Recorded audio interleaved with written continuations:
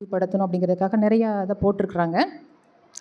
அதன்படியாக இந்த நாளிலும் ஆக்சுவலாக அது கடந்த வாரம், இந்த வாரமும் நம்ம கடைப்பிடிக்கலாம். பூர்வ நாட்களை நினை, தலைமுறை தலைமுறையாய் சென்ற வருஷங்களை கவனித்துப்பார். பூர்வ நாட்களை நினைக்க சொல்லியிருக்கிறாங்க. உபாகமத்தில் நம்ம பார்க்கும்போது இப்படி ஒரு வசனம் இருக்குது.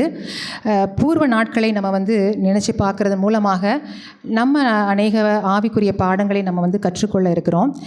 இன்றைய நாளிலும் நம்ம spirit of prophecy and adventist heritage வாரமாக என்ன செய்கிறோம், கொண்டாடிட்டுருக்கிறோம். ஹெரிட்டேஜ் அப்படிங்கிறது ஒரு பாரம்பரியம், நம்ம சபையுடைய மரபு பண்புகளை பற்றி நம்ம படிப்பது.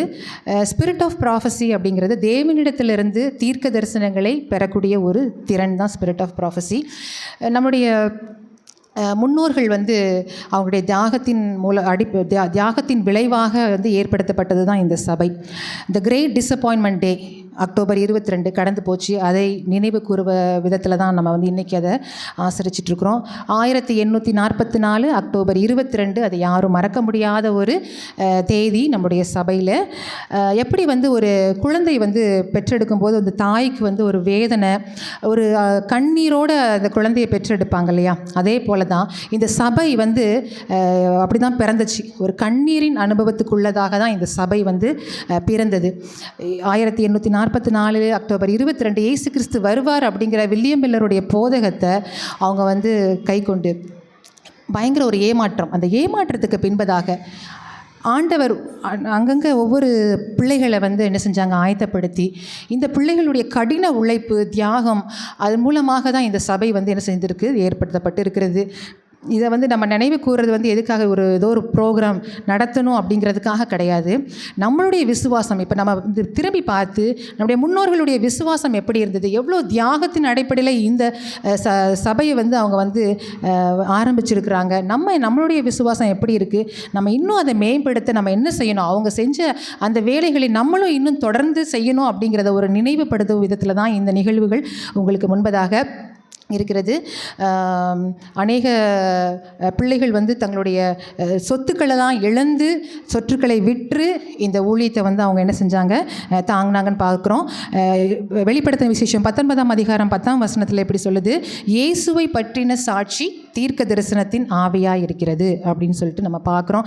அதே போல் வெளிப்படுத்தல் 12:17 தேவனுடைய கற்பனைகளை, அதாவது சாத்தான் யாரை அட்டாக் பண்ணுறான் அப்படின்னா, தேவனுடைய கற்பனைகளை கை கொள்ளுகிறவர்களும் இயேசு கிறிஸ்துவை குறித்து சாட்சியை உடையவர்களும் ஆகிய அவருடைய சந்ததியான மற்றவர்களுடனே யுத்தம் பண்ண போயிற்று அப்படின்னு சொல்லிட்டு நம்ம பார்க்குறோம். இதெல்லாம் நம்ம பார்க்கும்போது நம்முடைய சபை இதற்கு ஆதாரமாக இருக்கிறது அப்படிங்கிறத நம்ம என்ன செய்கிறோம், பார்க்குறோம்.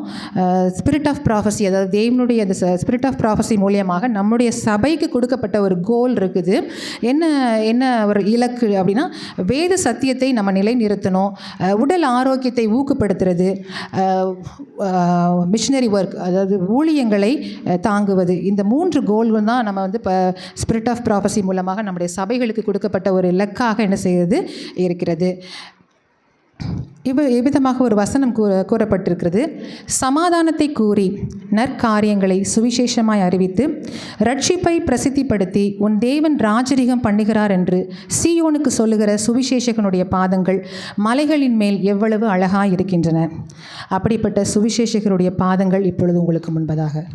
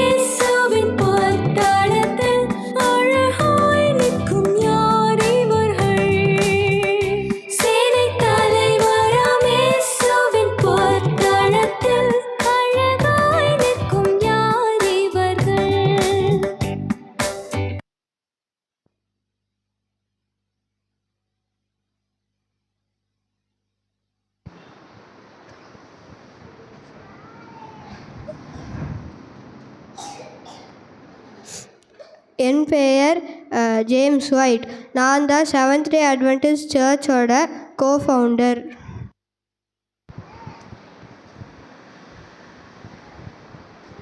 என் பெயர் ஜோசப் பேல்ஸ். நான் கப்பலோட்டி மற்றும் பிரசங்கியார் செவன்த் டே அட்வென்டிஸ்ட் சபையில் இணை நிறுவர். என் பெயர் ஐரம் எரிக்சன்.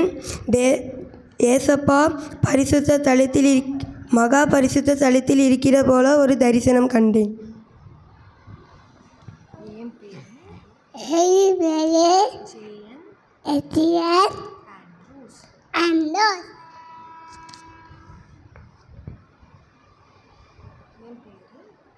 என் பேர் மிஸ்டர் கெலாக். என் பேர் James white.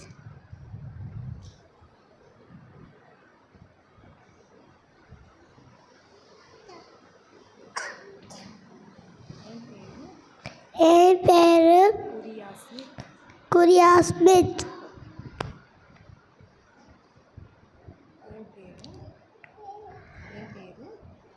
My name is Page. Ellen G. White.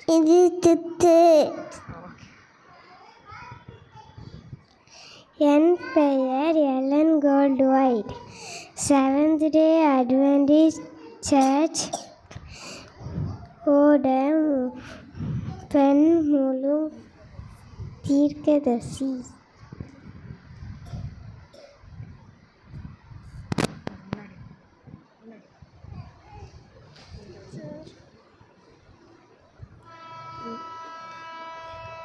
என் பெயர் ஆனி ஸ்மித்.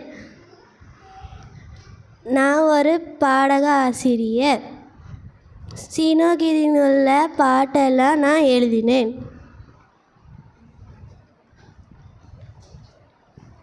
என் பேர் ரேச்சல் ஃபோக்ஸ். நான் முதல்ல ஓய்வு நாள் கடைபிடித்த ஒரு அட்வென்டிஸ்ட். என் பேர் ஆனானட். நான் இந்தியாவுக்கு அனுப்பப்பட்ட முதல் மிஷினரி நர்ஸ்.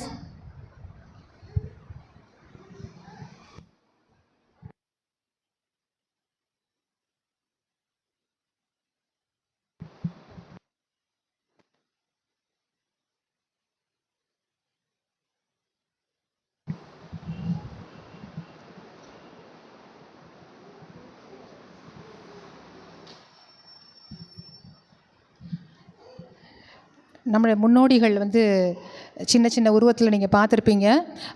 இது வந்து அவங்க வந்து சின்னதாக அவங்கள குறித்ததான ஒரு சின்ன அறிமுகத்தை தான் வந்து நம்ம அவங்களுக்கு சொல்லியிருக்கிறாங்க. இந்த நாளிலும் நமக்கு வந்து ஒரு விசேஷித்த ஒரு 4 விருந்தினர்கள் வந்து நம்முடைய இருக்கிறாங்க. அவங்கள முன்பதாக நான் அழைக்கிறேன். நம்முடைய இந்தியாவுக்கு இந்த சத்தியத்தை நம்ம வந்து கொண்டு வந்திருக்கணும். ஏன்னா அமெரிக்கா தேசத்தில் வந்து இந்த இயக்கம் வந்து ஆரம்பிக்கப்பட்டாலும் அவங்க வந்து அந்த இயக்கம் அவங்களுக்குள்ளதாக இருக்கக்கூடாது அப்படின்னு சொல்லிட்டு அது வந்து கடல் கடந்து எப்படியாவது இந்த சத்தியத்தை வந்து நம்ம சொல்லணும் அப்படிங்கிறதுக்காக அதிக பிரயாசப்பட்டு அவங்க வந்து என்ன செஞ்சாங்க, முயற்சிகள் எடுத்து அநேக இடங்களுக்கு வந்து சத்தியத்தை ஊழியர்களை வந்து என்ன செஞ்சாங்க, அனுப்புனாங்க. இப்போ வந்து நம்மிடையே வந்து இந்தியாவுக்கு நமக்கு எப்படி வந்தது இல்லையா, தெரிஞ்சுக்கணும் இல்லையா நம்ம. ஏன்னா இந்தியா வந்து ஆண்டவர் வந்து எந்த விதத்தில் வந்து அணுகுனாங்க, எந்த முறை வந்துச்சு அப்படிங்கிறத நம்ம தெரிஞ்சுக்க இருக்கிறோம். அதனால் நம்மிடையே வந்து இந்தியாவுக்கு வந்த முதல் சுவிசேஷகர்கள் அப்படிங்கிறதுல 2 பேர் இருக்காங்க.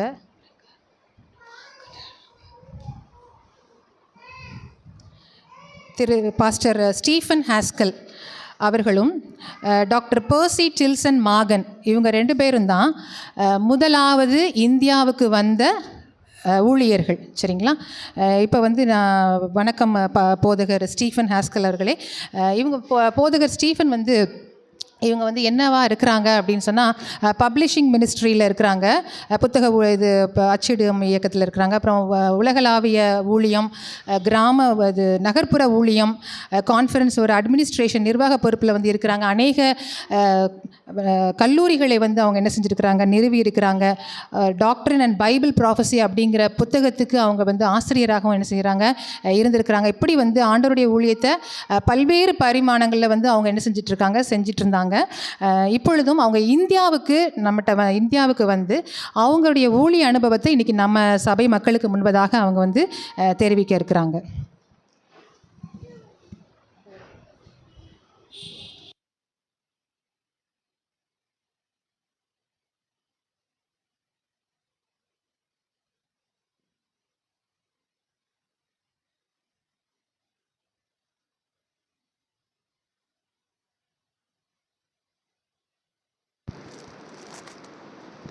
ஆண்டவருடைய நாமம் மகிமைப்படுவதாக.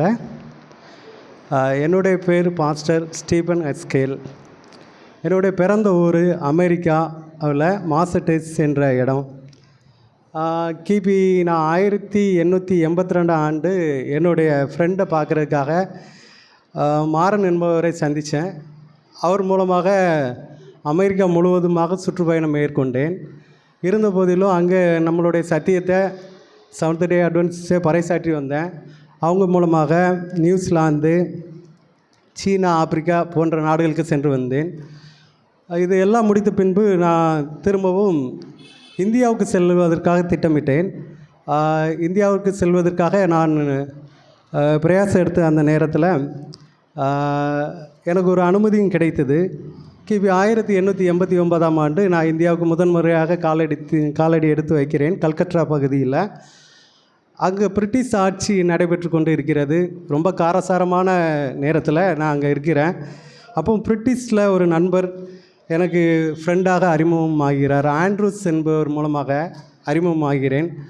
அவர்கிட்ட நான் சத்தியத்தை சொன்னதுக்கப்புறம் அவர் மூலமாக அந்த ஏரியாவில் உள்ள துறைமுக பட்டணத்தில் உள்ள மக்களை சந்தித்து வர்ற நேரத்தில் அங்கே நான் பார்க்குற ஒரே விஷயம் என்னென்னா, இந்து மதத்தில் உள்ள அந்த ஆச்சாரங்களும் ரோமன் கேத்தலிக்கில் உள்ள ஆச்சாரங்களும் ஒன்போலாக இருப்பதாகவே தெரிகிறது. நான் அந்த மக்கள்கிட்ட சொல்கிறேன், ஆண்டவரோடு தான் உண்மையான தெய்வம், செவன்த் டே சத்தியத்தை பற்றி எடுத்துரைத்து அவர்களுக்கு போதனை பண்ணி வருகிறேன். நிறைய துறைமுக பட்டணத்தை நான் பார்த்து வந்து ஒவ்வொரு இடத்துலையும் ஆண்டவருடைய நாமத்தை மகிமைப்படுத்துகிறேன். நிறைய புத்தகங்களெல்லாம் பல மொழிகளில் இருந்த புத்தகங்களை மொழிபெயர்க்கவும் அந்த புத்தகங்கள் மூலமாக நிறைய ஆத்மாக்களை நான் சென்றடைகிறேன். ஒரு விஷயம் என்னென்னா, அந்த சத்தியங்கள் மேலோங்கி வளர்ந்துக்கிட்டே இருக்கிறது. இந்த சமயத்தில் தான் அந்த ப்ராட்டஸ்டண்ட் மதமும் பரவி வருகிறது. பரவி வந்த நேரத்தில் நம்மளுடைய சத்தியத்தை நான் மக்களுக்கு பறைசாற்றி வருகிறேன். மக்கள் நிறைய பேர் அதை ஏற்றுக்கொண்டார்கள். நிறைய பேர் ஏற்றுக்கொண்டு புத்தகத்தின் மூலமாக புத்தகங்கள் வாயிலாக ஏற்றுக்கொண்டார்கள். இப்பொழுது கூட நான் அப்படி சுற்றுப்பயணம் மேற்கொள்ளும்போது நம்ம ஈரோடு பகுதியில் நம்ம அமெரிக்காவில் இருந்து வந்திருந்தேன் மிஸ்டர் ஆனிபாய் பார்பேங்கிற ஒரு சவுத்து, அதாவது ஜென்ரல் கான்ஃபரன்ஸில் தலைவராக இருக்கிறாங்க, உக்ரானத்தில் தலைவராக இருக்கிறாங்க. அவங்களையும் சந்தித்து நிறைய பேசி அவங்கள்ட்ட இந்த மக்களுக்கு சத்தியத்தை சொல்லணும், எப்படியெல்லாம் போகணுங்கிறதெல்லாம் பற்றி சொல்லி நிறைய பாஸ்டர்ஸ் நிறையவர்கள் மூலமாக சொன்னேன். சொல்லிக்கிட்டு இருக்கிற நேரத்துலையும் நிறைய சத்தியங்கள் மக்களுக்கு போய் சேரணும், புத்தகங்கள் வழியாக போய் சேரணும்னு சொல்லி நிறைய ஏற்பாடுகள்லாம் பண்ணாங்க. இப்போ சமீபத்தில் இந்த மாதத்தில் கூட அவரை சந்திக்கக்கூடிய ஒரு சூழ்நிலை ஏற்பட்டுச்சு. சந்தித்தேன். அமெரிக்காவில் உள்ள அவரை சந்திக்கும்போது நிறைய அந்த நண்பர் என்னுடைய நண்பராக இருந்தார். டாக்டர் பால்மணி, நிறைய பிரசிடென்ட்ஸு எல்லாரையும் பார்க்கறதுக்கு ஒரு வாய்ப்பு. அவங்க மூலமாக நிறைய சத்தியங்கள் விதைகள் விதைக்கப்பட்டு வருகிறது. அப்படியே இன்றைக்கி நான் என்ன நினச்சேன்னா, அப்படியே தூத்துக்குடி துறைமுக பட்டணத்துக்கு போவோம், இங்கே உள்ள செவன்த் டே அட்வென்டிஸ்ட் இந்த சர்ச்சுக்கு போகணும்னு நினச்சேன். அப்படி வரும்போது இங்கே முத்துக்குமார் பாஸ்டர் என்னுடைய நண்பராக இருக்கிறார். அவருக்கு இந்த புத்தக ஊழியத்தின் மூலமாக, அதாவது தசம பாகத்தை இங்கிலீஷில் நான் இங்கிலீஷ் மூலமாக வச்சுருக்கிறேன். எல்லாருக்குமே கிடைக்கிறதாக இந்த ஜனவரிக்குள்ளே ஏற்பாடு பண்ணுவேன். தமிழில் எல்லாருக்குமே உங்களுக்கு கிடைக்கும். தசம பாகத்தில் எப்படிலாம் நம்ம உண்மையாக இருக்கணும், உத்தமமாக இருக்கணும், ஓய்வு நாளை எப்படிலாம் கடைபிடிக்கணுங்கிற சத்தியத்தை இன்னும் ஆழமாகவும் சொல்லுவேன் என்று நம்பிக்கை இருக்கிறது. நண்பர் முத்துக்குமார் என்னுடைய நண்பர் பாஸ்டாக இருக்கிறாங்க, அவங்களுக்கு இந்த புத்தகத்தை பரிசாக வழங்குகிறேன். ஆமேன்.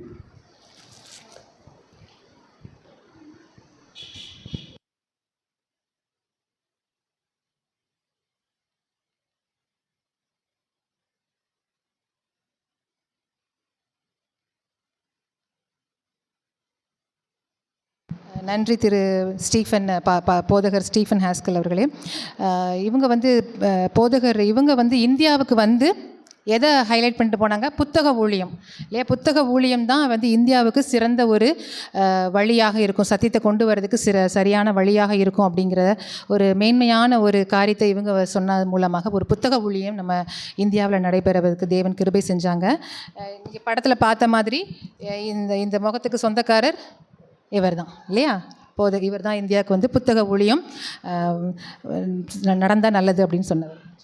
அடுத்து நம்மிடையே வந்து இவங்க வந்து இப்போ ஏற்கனவே அவங்க சொன்ன மாதிரி போதகர் கூட சேர்ந்து வந்தது யாருன்னா இவங்க டாக்டர் பெர்சி டில்சன் மாகன். இவங்க 2 பேரும் தான் சேர்ந்து முதலாக இந்தியாவுக்கு வர்றாங்க. போதகர் பெர்சி மாகனை பற்றி நம்ம சொல்லணும் அப்படின்னு சொன்னால் இவர் வந்து ஒரு பேராசிரியர். இவர் வந்து தன்னுடைய ஊழிய அனுபவத்தை, இந்தியாவில் என்னெல்லாம் பார்த்தேன், தன்னுடைய ஊழிய அனுபவத்தை அவர் நம்மிடையே பகிர்ந்து கொள்வாங்க.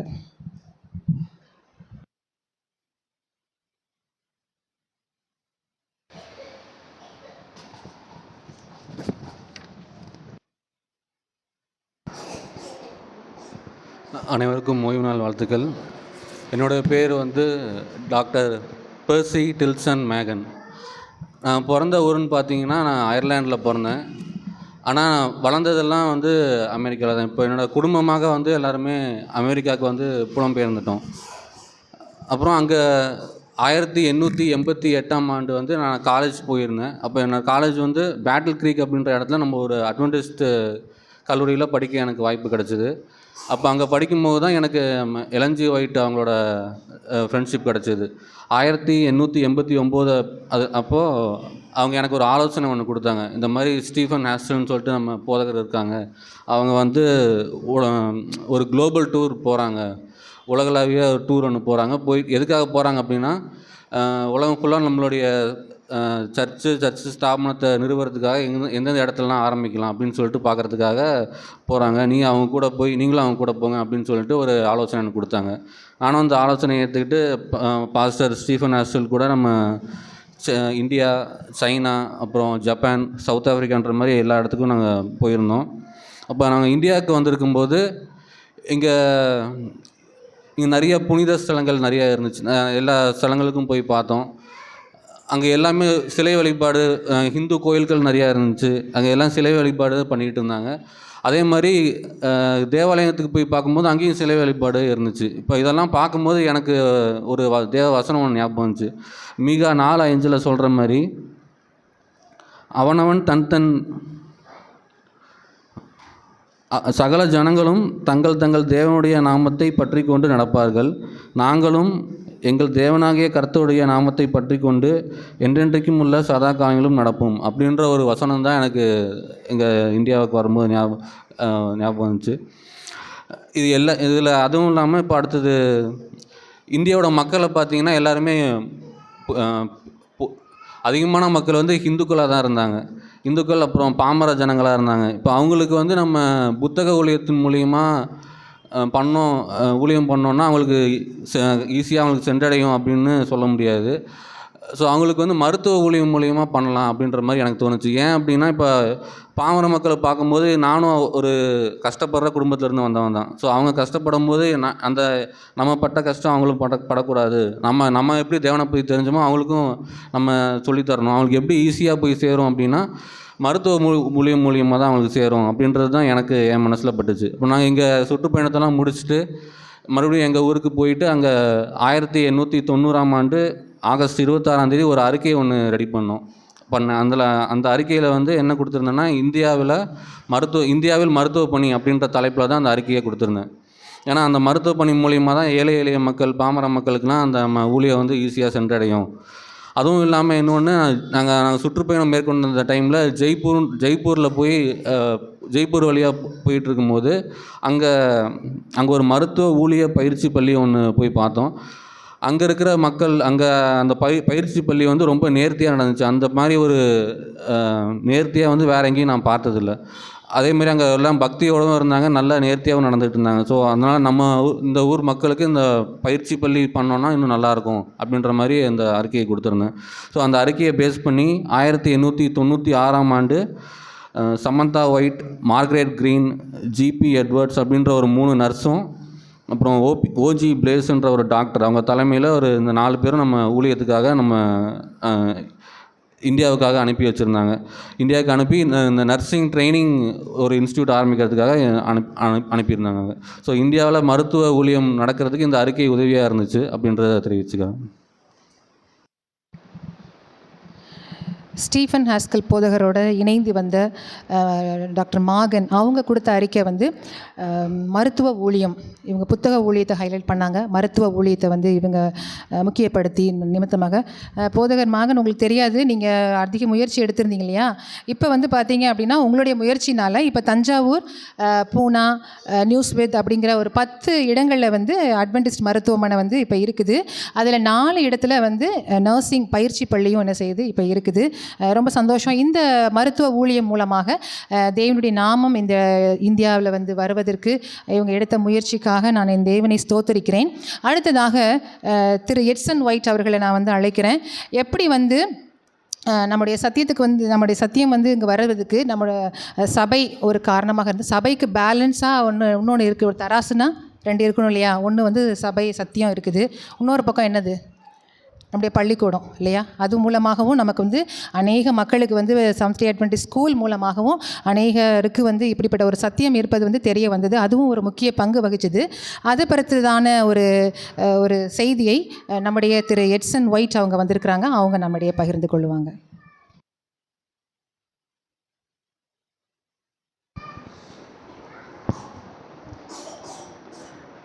கர்த்தருடைய நாமம் மகிமைப்படுவதாக. என்னுடைய பெயர் எட்சன் ஒயிட்.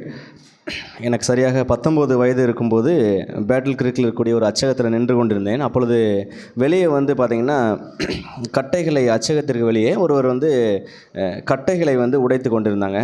அப்போ அந்த உடைத்து கொண்டிருந்தவங்க வந்து எதற்காக உடைத்து கொண்டிருந்தாங்கன்னா, அச்சகத்தில் இருந்த கொதிகலன்களுக்கு தீ மூட்டுவதற்கு அந்த கட்டைகளை வந்து பயன்படுத்திக்கிட்டு இருந்தாங்க. யார் இந்த மனிதர், யார் இவர், என்ன இங்கே பண்ணிக்கிட்டு இருக்காங்க அப்படின்னு சொல்லி இவரை நான் இதுக்கு முன்பு இங்கே பார்த்ததே இல்லையே அப்படின்னு சொல்லி யோசிக்கும் போது, நானும் என்னுடன் இருந்த என்னுடைய நண்பருமான ஜார்ஜ் 2 பேரும் சேர்ந்து எங்களுடைய நண்பர்கள் எல்லாரையும் அழைத்து கொண்டு அவரிடம் சென்று விசாரித்தோம், யார் நீங்கள் அப்படின்னு சொல்லி கேட்கும்போது, அந்த மனிதரோட பேர் வந்து என்ன அப்படின்னா, அவர் சொன்ன விளக்கம், என் பேர் வந்து குட்லோபெல், அவங்க நியூயார்க்கை சேர்ந்தவங்க, அவங்க ஆசிரியர் படிப்பு முடித்திருந்தாங்க. ஒஹைஹோவில் உள்ள ஒபர்லின் அப்படின்ற ஒரு கல்லூரியில் வந்து பார்த்திங்கன்னா ஆசிரியர் படிப்பு முடித்திருந்தாங்க. 1 வருடம் வந்து ஆசிரியராக பணியாற்றியதாகவும் எங்களிடம் சொன்னாங்க. உடனே நாங்கள் எப்படி நீங்கள் இங்கே வந்தீங்க அப்படின்னு சொல்லி கேட்கும்போது, பல பள்ளிக்கூடங்களில் ஆசிரியராக பணியாற்றியிருக்கிறேன், கடினமாக உழைப்பேன் அப்படின்னு சொல்லி சொன்னாங்க. அப்படி உழைக்கும்போது எனக்கு சுகமில்லாமல் போனது. அப்போது தான் பேட்டில் கிரீக்கில் இருக்கக்கூடிய இந்த சுகாதார சீர்திருத்த மையத்தை பற்றி கேள்விப்பட்டிருந்தேன்னு சொல்லி சொன்னாங்க. அப்படி சொல்லும்போது அங்கே இருக்கக்கூடிய அந்த சுகாதார சீர்திருத்த மையத்தில் இருக்கக்கூடிய ஒரு சில ட்ரீட்மெண்ட்ஸ் கொடுத்துருக்குறாங்க. அந்த ட்ரீட்மெண்ட் என்ன, தண்ணீர் மற்றும் வெந்நீர் சிகிச்சைக்காக அவங்களுக்கு கொடுத்துருந்தது வந்து ரொம்ப பிடித்திருந்தது அப்படின்னு சொல்லி சொன்னாங்க. மேலும் உடற்பயிற்சி வந்து அங்கே வந்து அவங்களுக்கு கொடுக்கப்பட்டதாகவும் பெல் வந்து சொன்னாங்க. எட்சன் ஒயிட் ஆகிய நான் கேட்கும்போது செவன்த் டே அட்வென்டிஸ்ட் பற்றியும் நான் வந்து கேள்விப்பட்டிருக்கிறேன். ஸோ இப்படி ஆசிரியராக பணிபுரிந்த அவர்கிட்ட நாங்கள் என்ன பண்ணோன்னா ஒரு கேள்வி கேட்டோம். நாங்கள் 15 வயதிலே வந்து பள்ளிக்கூட படிப்பை நிறுத்திவிட்டு அச்சகத்திலையும் சுகாதார மையத்திலும் வேலைக்கு சேர்ந்த நிறைய பேர் இங்கே இருக்கிறோம், எங்களுக்கு பாடம் இரவு நேரத்தில் பாடங்களை சொல்லித் தருவீங்களான்னு சொல்லி கேட்ட உடனே எந்த ஒரு மறுப்பும் இல்லாமல் கண்டிப்பாக சொல்லித்தரேன் அப்படின்னு சொல்லி சொன்னாங்க. குட்லோபெல் அப்படின்றவர் வந்து அன்றைக்கு வந்து என்னுடைய சகோதரனுக்கும் எட்சனாக எனக்கும் இன்னும் என்னுடைய நண்பர்கள் அநேக பேருக்கு வந்து பார்த்திங்கன்னா இரவு நேரங்களில் பாடங்களை கற்றுக் கொடுத்தாங்க. அன்னைக்கு பாடம் கற்றுக்கொண்ட நாங்கள் ஜேபி கெலாக் அவர்களுடைய மகன்கள், சரிங்களா. கெலாக் என்பவர் கார்ன்ஃப்ளேக்ஸ் அப்படின்னு சொல்லி ஒரு உணவுப் பொருளை கண்டுபிடிக்கிறாங்க. அதற்கும் வந்து அங்கே அந்த இடத்துல பாடம் சொல்லிக் கொடுத்த நபர் தான் வந்து உந்துதலாக இருந்தாங்க. ஜான் ஹர்வே அவருடைய மகன்களும் அவரிடம் கல்வி கற்றுக்கொண்டார்கள். பெல்லிடம் கற்றுக்கொண்ட ஜான் ஹர்வே பிற்காலத்தில் வந்து பார்த்திங்கன்னா ஒரு பெரிய மருத்துவராகவும் பேட்டில் கிரீக் சுகாதார மையத்தின் இயக்குனராகவும் மாறுறாங்க. ஸோ இப்படி அவர்கள் நடத்தப்பட்ட பள்ளியானது 1872 வந்து பார்த்திங்கன்னா அதிகாரப்பூர்வமான முதல்